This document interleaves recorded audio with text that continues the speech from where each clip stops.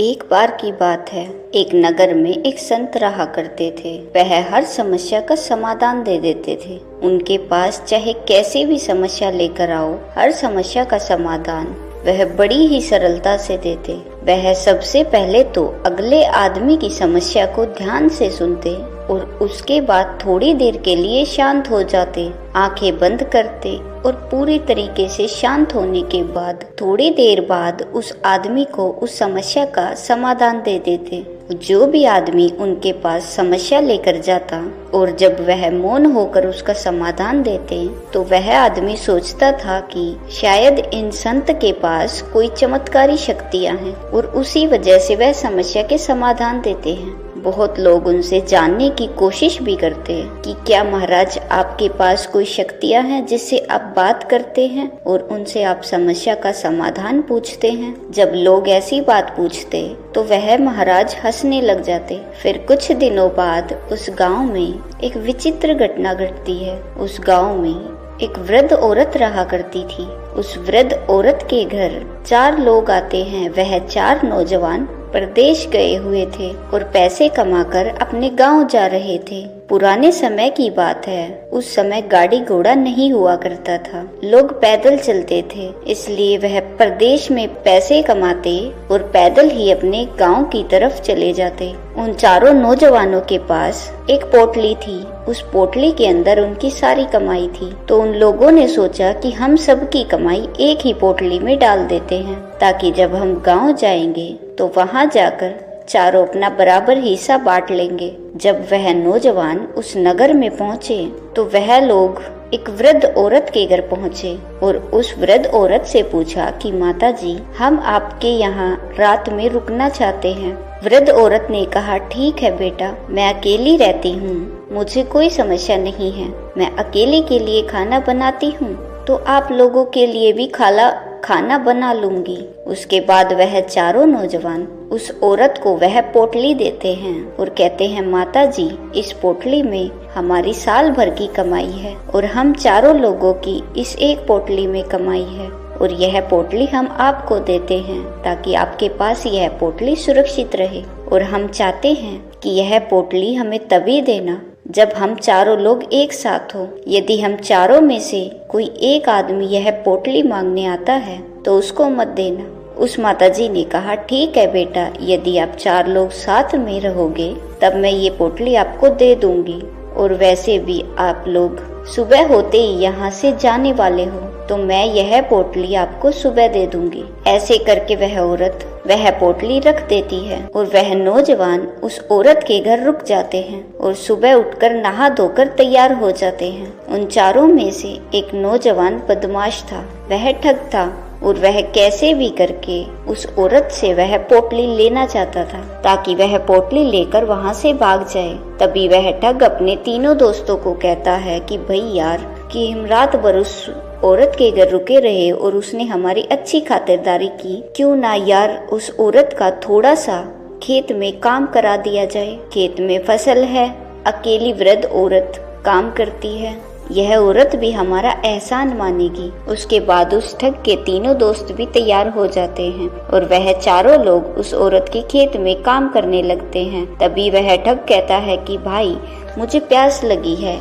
मैं पानी पी कर आता हूँ। उसके बाद वह उस औरत के पास झोपड़ी में पानी पीने जाता है और उस औरत से कहता है कि माता जी, हम जाने वाले हैं, आपके खेत में हमने काफी काम कर दिया है, आप मुझे वह पोटली दे दीजिए। उसके बाद वह औरत कहती है कि आपके 3 दोस्त कहाँ हैं? उन्होंने कहा है कि जब हम 4 साथ में रहें तभी हमें यह पोटली देना। तभी वह ठग उन 3 दोस्तों की तरफ इशारा करते हुए कहता है कि लाऊं क्या? तब उन दोस्तों ने सोचा कि शायद यह पानी के लिए बोल रहा है, तो उन दोस्तों ने कहा, ठीक है, ले आओ। तो उस औरत ने भी यह सुना तो ठग ने कहा कि हमारे दोस्त वह पोटली मंगा रहे हैं और हम जा रहे हैं। इसी धोखे के अंदर वह औरत वह पोटली उस अकेले ठग को दे देती है और वह पोटली लेने के बाद वह ठग तो वहाँ से भाग जाता है। अब वह औरत अपने काम में व्यस्त हो गई। थोड़ी देर बाद वह तीनों दोस्त आते हैं और कहते हैं, माता जी, हमारा एक साथी आया हुआ था, वह पानी पीने आया था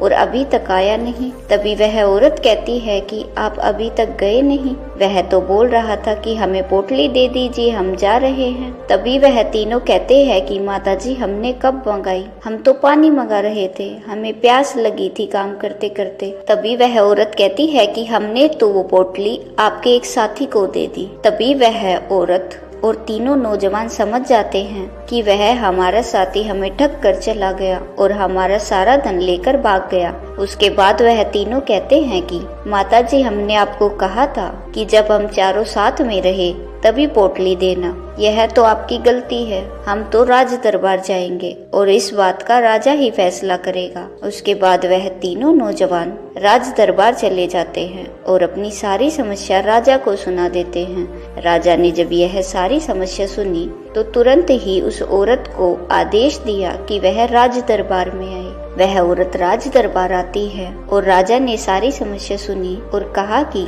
इसमें तो इस औरत की गलती है। उस औरत को, उस अकेले आदमी को वह पोटली नहीं देनी चाहिए थी, इसीलिए आपका जो धन था वह यह औरत देगी। उसके बाद राजा फैसला सुना देता है कि यह औरत 2 दिन में कहीं से भी लाकर आपको वह धन देगी। अब औरत बेचारी गरीब थी, उसके पास तो थोड़ा सा भी धन नहीं था और तो वह इतना सारा धन कहाँ से लेकर आती। अब वह औरत भगवान के मंदिर में जाती है और रोने लग जाती है। उसके बाद उस औरत को याद आता है कि हमारे नगर में एक संत है जो हर समस्या का समाधान कर देते हैं और उनको तो बहुत सारी शक्तियाँ मिली हुई हैं। वह शक्तियों से बात करते हैं और लोगों की समस्याओं का समाधान कर देते हैं। तो मैं भी उनके पास जाऊं तो शायद मेरी समस्या का भी समाधान हो जाएगा। वैसे तो मेरी गलती है क्योंकि मैंने अकेले को ही पोटली दे दी, अब मुझे धन देना पड़ेगा, लेकिन शायद कोई रास्ता निकल जाए और मेरी समस्या का समाधान मिल जाए। उसके बाद वह औरत उस संत के पास जाती है और अपनी सारी समस्या उस संत को सुनाती है। उसके बाद वह संत थोड़ी देर के लिए मौन हो जाते हैं और अपने मन में कुछ सोचने लगते हैं। थोड़ी देर बाद जब वह अपनी पलकी खोलकर उस औरत को कहते हैं कि राजा ने जो फैसला दिया वह फैसला बिल्कुल ही गलत है, इसमें आपको धन देने की आवश्यकता नहीं है। यह बात जब उस औरत ने सुनी तो उस औरत को विश्वास नहीं हुआ कि राजा का फैसला गलत कैसे हो सकता है। जो आसपास में लोग बैठे थे वह भी अचंभे में पड़ गए कि महाराज ने राजा के फैसले को गलत कैसे कर दिया। बिल्कुल सीधा सा दिख रहा है। जब उन नौजवानों ने कहा कि हमारी पोटली हम जब साथ में रहे चारों तभी देनी है, लेकिन इस औरत ने अकेले आदमी को दे दी, इसमें इस औरत की गलती है और औरत को वह धन उन लोगों को देना चाहिए। इस फैसले में गलत फैसला क्या है। इसके बाद वह महाराज कहते हैं कि आप राज दरबार में जाकर कह दो कि आपने जो फैसला किया है वह फैसला गलत है और जो महाराज है वह आएंगे और सही फैसला सुनाएंगे। उसके बाद वह औरत सीधे भागती हुई राज दरबार जाती है और राजा को सारी बात बताती है। अब राजा भी गुस्से में आ गया। राजा ने कहा, मेरे फैसले को यदि गलत किया और मेरे फैसले से अच्छा फैसला यदि उस महाराज ने नहीं सुनाया तो उस महाराज को फांसी की सजा दे दी जाएगी। अब सारे नगर में यह बात फैल गई। किसी को भी विश्वास नहीं हो रहा था कि महाराज जी ऐसा कौन सा फैसला सुनाने वाले हैं जिससे कि राजा के फैसले को गलत साबित किया जा सके। अब राज दरबार फिर से लगा और महाराज को बुलाया गया। जब महाराज आए तो आकर चुपचाप अपनी जगह पर बैठ गए। वह तीनों नौजवान भी वहीं पर थे, वह औरत भी वहीं पर थी और बहुत सारी प्रजा और राजा सब वहीं पर बैठे थे। उसके बाद वह राजा कहते हैं कि महाराज अब आप बताइए कि मैंने जो फैसला सुनाया उस फैसले में क्या गलती थी। तभी वह महाराज कहते हैं कि इस औरत ने वादा किया था कि वह पोटली 4 लोग जब साथ में होंगे तभी उनको देगी, लेकिन इसने एक आदमी को दे दी, इसीलिए इसकी गलती है और इस जगह इस औरत को वह धन इन लोगों को वापस देना चाहिए। यह आपका फैसला था। राजा ने कहा। लेकिन उस महाराज ने कहा, जैसा कि वादा किया हुआ था कि जब 4 लोग साथ में होंगे तभी यह औरत धन देगी। तो पहली बात तो यह है कि अब यह तीनों हैं, 4 तो है नहीं, तो वह औरत धन कैसे देगी? यह तीनों दोस्त अगर अपने चौथे दोस्त को ले आए और अपना धन ले जाए, क्योंकि वादा किया हुआ था कि 4 लोग जब एक साथ होंगे तभी वह धन देगी। अब यदि यह औरत आप तीनों को धन दे देगी तो वादा तो टूट जाएगा। इसीलिए आप जाइए और अपने दोस्त को लेकर आइए। तभी उस महाराज ने कहा कि यह तो बिल्कुल सही बात है कि औरत ने गलती की, लेकिन इस औरत को तो धोखे में रखा उस आदमी ने, तो सजा उसको मिलनी चाहिए, ना कि इस औरत को।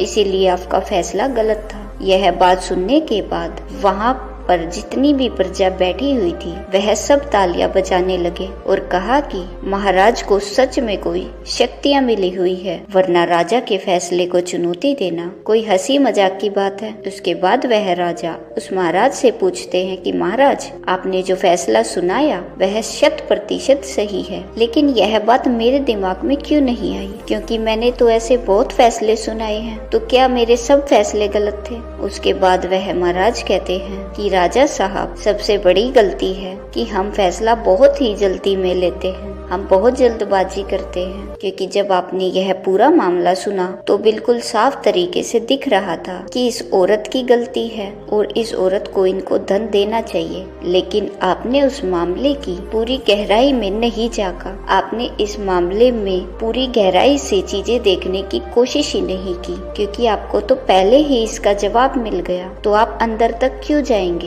और जब तक हम किसी बात की गहराई तक नहीं जाते हैं तब तक हमें वह बात पूर्ण रूप से समझ नहीं आती है। और किसी भी बात को पूर्ण रूप से जानने के लिए हमें सबसे पहले मौन होना पड़ेगा। बहुत लोग कहते हैं कि मुझे कुछ शक्तियाँ मिली हुई है, जब मैं आंखें बंद करता हूँ तो मैं किसी शक्तियों से बात करता हूँ कि उस समस्या का क्या समाधान है। लेकिन नहीं, मुझे कोई शक्तियाँ नहीं मिली हुई है। मैं मौन होता हूँ, उस बात पर विचार करता हूँ, और जब उस बात पर मैं विचार करता हूँ बहुत सारे समाधान आते हैं। उन समाधानों पर भी मैं विचार करता हूँ और उसमें जो सबसे बेस्ट समाधान होता है वह समाधान मैं सामने वाले आदमी को देता हूँ, ताकि उसकी समस्या का समाधान मिल सके। मौन हमारी जिंदगी पर सीधा असर डालता है। आप सोचिए कि आपने इतनी जल्दबाजी में फैसला लेकर इस औरत की जिंदगी बर्बाद करने वाले थे, क्योंकि हमारे फैसले ही हमारी जिंदगी को निर्धारित करते हैं। जब हम सुबह उठते हैं तो हम कोई भी काम करने से पहले उसका फैसला लेते हैं। वह फैसला यदि सही है तो हम वो काम करते हैं, और सही तरीके से फैसला लेने के लिए हमें अंदर से मौन होना पड़ेगा। किसी भी बात पर आप मौन होकर उस पर विचार कीजिए, तभी आप सही फैसला ले पाएंगे। क्योंकि हमारी जिंदगी फैसलों से चलती है। हमारे ही फैसले हमारा भविष्य तय करते हैं, हमारी जिंदगी का अगला पड़ाव तय करते हैं। फैसले छोटे हो या बड़े, सब हमारी जिंदगी को निर्धारित करते हैं। इसीलिए सबसे पहले यदि सही तरीके से फैसले लेने हैं तो हमें अंदर से मौन होना पड़ेगा। मौन होकर उस फैसले पर विचार कीजिए। आपके सामने बहुत सारे फैसले आएंगे कि लेना है या नहीं लेना है, उसका क्या नुकसान है, क्या फायदा है। ऐसे बहुत सारे प्रश्न आएंगे, लेकिन उन सभी पर आप फिर से विचार कीजिए। उसके बाद आपके पास एक समाधान रहेगा कि उस फैसले को लेना है या नहीं लेना है, और यह सब संभव होता है मौन से। बहुत लोग होते हैं जो मौन को कम बोलना समझ लेते हैं। कम बोलना मौन नहीं है। बोलना छोड़ देंगे तब मौन हो जाएंगे, नहीं, कम बोलना भी मौन में ही आता है। लेकिन जब हम अंदर से मौन हो जाएंगे तो अपने आप कम बोलेंगे। हम फालतू की बात करेंगे ही नहीं। कम बोलना भी मौन में ही आता है, लेकिन कम बोलकर हम मौन नहीं ला सकते। मौन होकर कम बोलना आ सकता है। हम कम बोलना सीख जाएंगे, उसके बाद हम ज्यादा बोलेंगे ही नहीं। तो जब भी आप कोई फैसला करो तो उससे पहले आप मौन हो जाइए। मौन होकर उस फैसले को कीजिए। उस फैसले में 100% शुद्धता होगी और उस पर कोई भी सवाल नहीं उठा पाएगा। दोस्तों, आजकल हम ऐसे माहौल में रहते हैं जहाँ पर लोग अपने आप को श्रेष्ठ दिखाने के लिए बहुत ज्यादा बोलते हैं, लेकिन ज्यादा बोलकर हम श्रेष्ठ तो नहीं बन सकते, ज्यादा बोलकर हम मूर्ख बनते हैं। और आपको यदि ज्यादा बोलने की आदत है तो उसको बंद मत कीजिए। आप सबसे पहले अंदर से मौन हो जाइए। आप अपने आप कम बोलना शुरू हो जाएंगे। थोड़े दिन मौन होकर देखिए, उसके बाद आपको खुद को अपने अंदर बदलाव दिखने शुरू हो जाएंगे। आपको लगेगा कि हाँ, मैंने कोई गलत कार्य नहीं किया कि मैं कम बोलने लग गया। क्योंकि जब हम बोलते हैं तो हमारे शरीर की ऊर्जा खत्म होती है, और जब हम मौन हो जाएंगे, कम बोलेंगे, तो जो हमारी फालतू की ऊर्जा खत्म हो रही थी वह ऊर्जा हमारे अंदर रहेगी, और वह ऊर्जा दूसरे कार्यों में लगेगी। अच्छे फैसले लेने में, काम करने में, अच्छी नींद आएगी, तनाव मुक्त रहेंगे, मस्तिष्क हमारा बहुत तेज हो जाएगा। शायद आपने महसूस किया या नहीं किया, लेकिन जब आप स्कूल में पढ़ाई कर रहे थे तो उस समय जो बच्चे होशियार होते थे, जो कक्षा में फर्स्ट आते थे, वह बहुत कम बोलते थे। वह हमेशा पढ़ते रहते, या बहुत धीरे बोलते या कम बोलते। तो वह कम क्यों बोलते थे? इसका मतलब यह नहीं है कि वो पढ़ाई कर रहे थे इसलिए कम बोल रहे थे। नहीं, उनका अंदर से वह मौन था, वह मौन रहते थे,